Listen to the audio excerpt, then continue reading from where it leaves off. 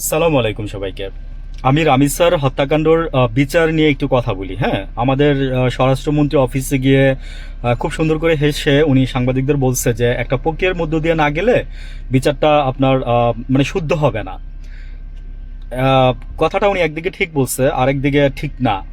Because আমি একটা পথ দেখাই দিই আপনাদেরকে কিভাবে এই বিচারগুলো করবেন। ধরেন দেশে যদি কোনো এরকম চাঞ্চল্যকর যদি কোনো হত্যাকাণ্ড ঘটে, হত্যাকাণ্ড না মানে যে কোনো চাঞ্চল্যকর ঘটনা আর কি, যে মানে ক্রাইম যদি এরকম হয় আর কি, কোনো ভিকটিম ক্রাইম থাকে, এরকম থাকে, আপনি সংসদ ডাকবেন, সংসদে একটা আইন পাশ করবেন, কিংবা রাষ্ট্রপতির অধ্যাদেশ আপনার মানে জারি করবেন, করে আপনি সেটা একটা আইন সংসদে পাশ করাবেন, করে আপনি 7 দিনের মধ্যে আপনি চাইলে যে ধর্ষক তাকে ফাঁসি দিতে পারেন। এটা কি জানেন? মানে আমি আমাদের স্বরাষ্ট্রমন্ত্রীকেই বলতেছি কথাটা। কেন জানেন? কারণ আমরা ওই যে স্বরাষ্ট্রমন্ত্রী আরেকটা কথা বলছে যে নৈতিক অবক্ষয় আমাদের হয়েছে, এটা তো হয়েছে, এটা স্বাভাবিক।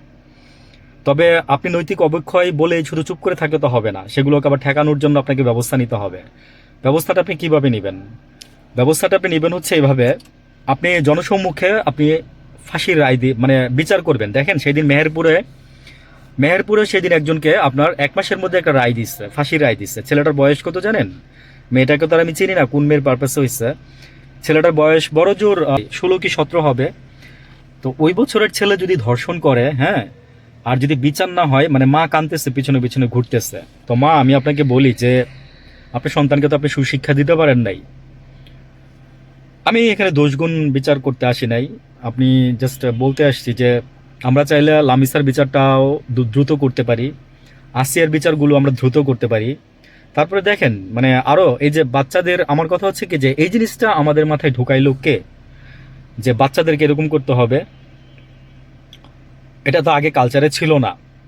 অনেক বছর আমি বলবো যে এটা বলতে পারেন যে আলটিমেটলি আপনার এটা 20 বছরের ট্রেন্ড চলতেছে এরকম।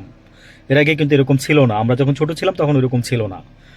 একটা দুইটা ঘটনা ঘটছে হয়তো বা 10 বছরে একটা, এক দশকে একটা, কিন্তু ওইরকম ছিল না।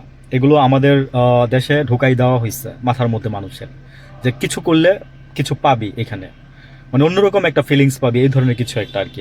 আমি একদম মানে আমার আমার মনে হইলো আর কি, তাই আমি কথাটা বললাম। ভালো থাকবেন সবাই, আসসালামু আলাইকুম।